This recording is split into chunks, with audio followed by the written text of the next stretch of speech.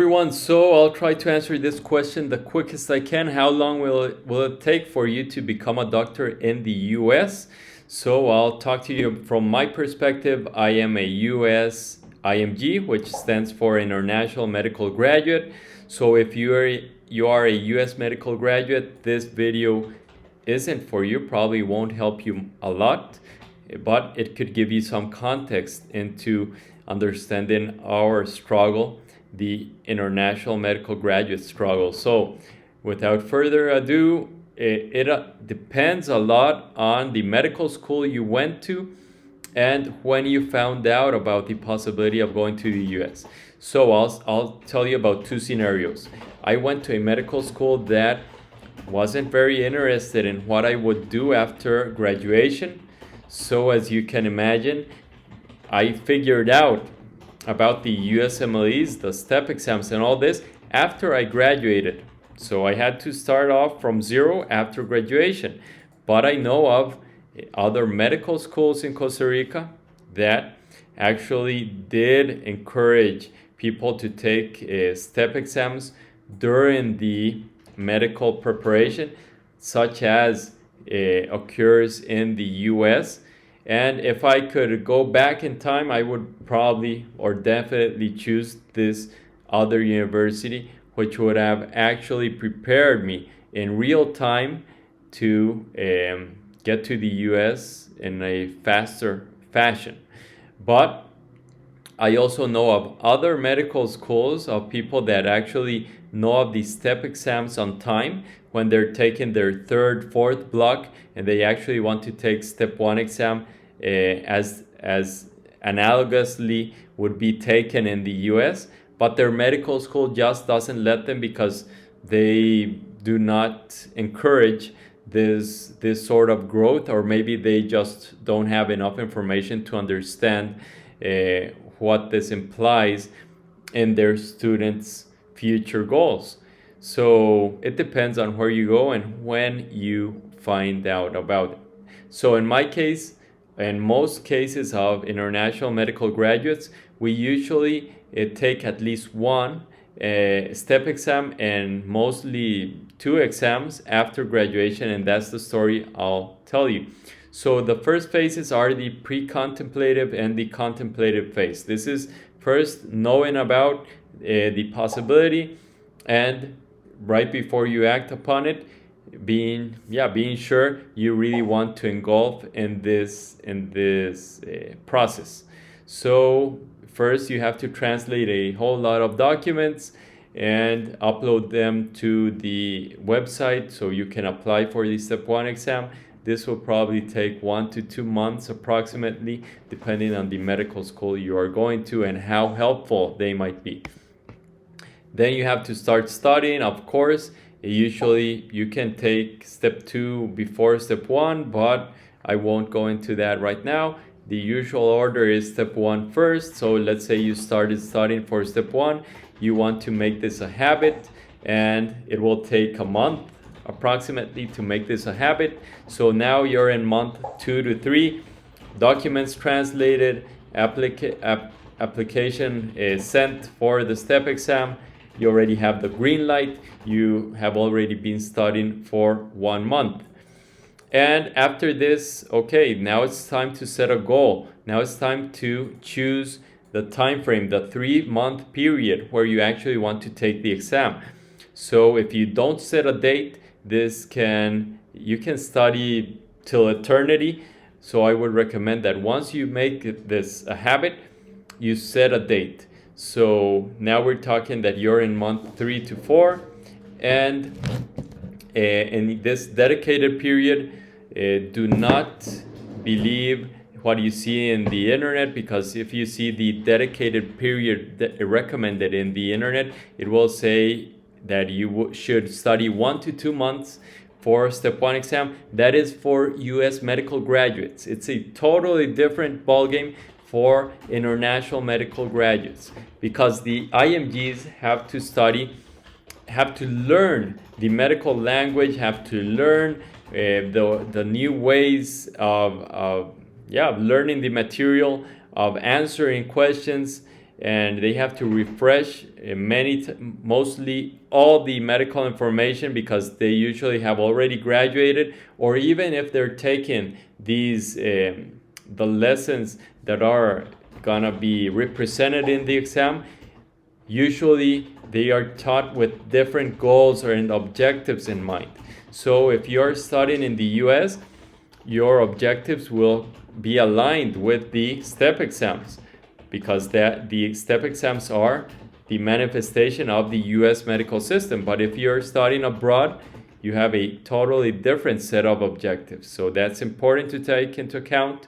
That is why an IMG that is studying for the Step 1 will take approximately 6 to 8 months if they're trying to take the exam during their medical preparation.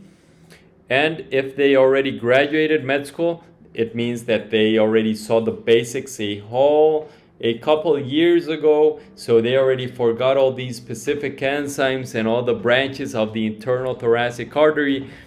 So it will take more time, and if they want to do very well on the exam, it might take 8 to 12 months of dedicated preparation time.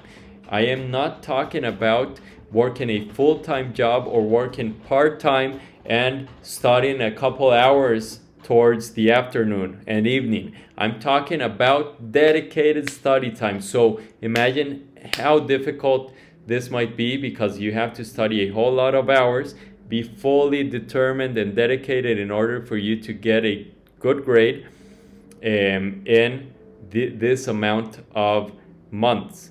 So yeah, these exams, these medical exams, are the toughest medical exams in the world, but the good news is that there are great resources to prepare. So if you take the resources seriously and are very committed, you can make it. It will take time, but you can make it.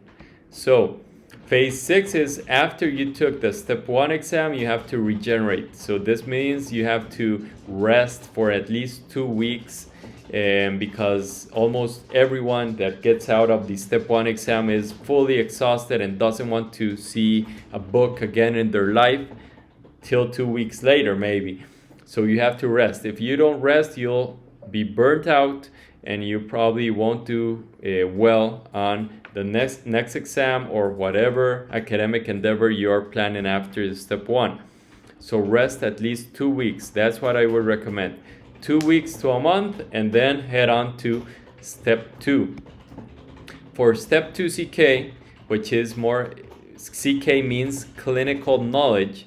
So this is usually what your bread and butter. So after you graduate medical school as a IMG, you probably are working in an emergency department, or you are with an ambulance service, or you are doing telemedicine. Whatever you're doing is probably gonna be clinically oriented. And if not, you at least after graduation, you went through all those clinical rotations, which means that it will be easier for you to grasp the concepts for this exam. So use that to your advantage, and also that you recently took the Step 1 exam.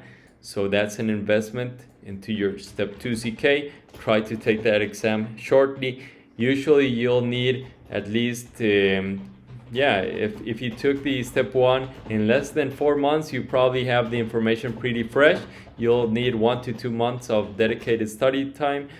If you took the Step 1 more than 4 months ago, probably you'll have to double that time, 3 to 4 months. Okay. So another exam is the OET exam, which stands for Occupational English Test, which was previously known as the Step 2 CS. 85% of this exam is basically your English comprehension, ability to speak English, read, write English. That's basically 85% of the exam.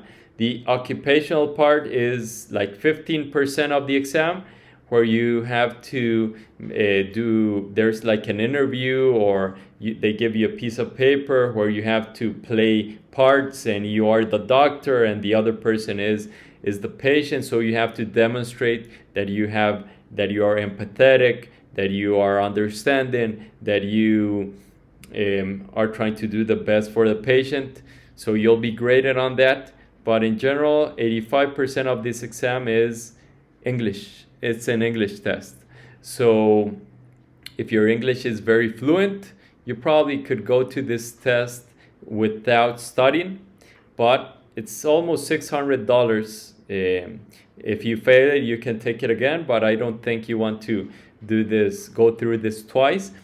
So what I'd recommend is that you, well, first of all, see the link that I'll leave in the end, which is my description of all the OET characteristics before you take it. It's a good video. It's informal in nature, but it will probably be very beneficial. So I'd recommend that if you're very good in English, at least study 1 to 2 weeks and do what I'm telling you in the video. If your English isn't that good, it's intermediate, study at least 1 month. And if your English isn't that good or is bad to start with, it might take you more time, but you have to invest in English classes if necessary and whatever you need to make it.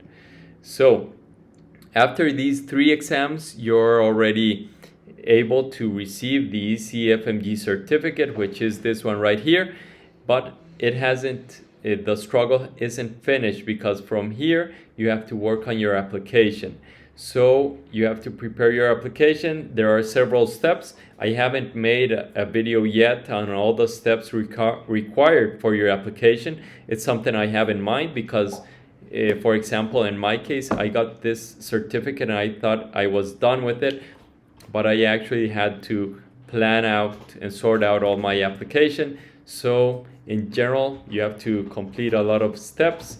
It will take you, if it's lightning speed and people are helping you out and you have great guidance and mentors and everything, at least 2 to 3 months to get everything in order and have a very solid and good application. Because if you don't want a solid application, of course, in 1 month you could maybe get everything ready, but that will diminish your chances of success into a competitive place.